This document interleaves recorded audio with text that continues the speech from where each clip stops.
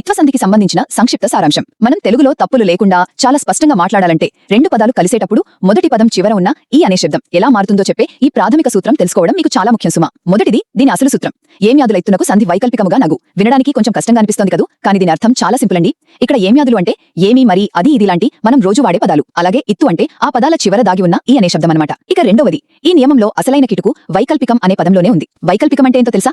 సంధి ఖచ్చితంగా జరగాలని ఎలాంటి రూల్ లేదనమాట. అవును, సంధి జరిగితే ఒకలాంటి పదం వస్తుంది. ఒకవేళ జరగకపోతే ఆ రెండు పదాల మధ్యలో య అనే అక్షరం అదనంగా వచ్చి చేరుతుంది. దాన్నే మనం గ్రామర్ భాషలో ఎడాగమం అని పిలుస్తాం. మూడవది, దీన్ని ఉదాహరణలతో చూస్తే మీకు ఇంకా ఈజీగా అర్థమైపోతుంది. ఇప్పుడు ఏమి, అంటివి అనే పదాలు కలిపామనుకోండి, సంధి జరిగి అది ఏమంటివి అవుతుంది. అలాగే మరి ఎక్కడ కలిపితే మరెక్కడ అని, అది ఎక్కడ కలిపితే అదిక్కడ అని చాలా నేచురల్ గా కలిసిపోతాయన్నమాట. ఒక్క మాటలో చెప్పాలంటే ఏమి, మరి లాంటి పదాలు చివర ఉండే ఈ కారణానికి మరో అచ్చు కలిసినప్పుడు అసలు సంధి జరుగుతుందా లేదని నిర్ణయించి ఒక చక్కటి వ్యాకరణ నియమమే ఈ ఇత్వసంధి. ఈ వీడియో మీకు నచ్చినట్లయితే లైక్ చేయండి, షేర్ చేయండి, కామెంట్ చేయండి. అలాగే మన ఛానల్ ని సబ్స్క్రైబ్ చేయండి. Thanks for watching.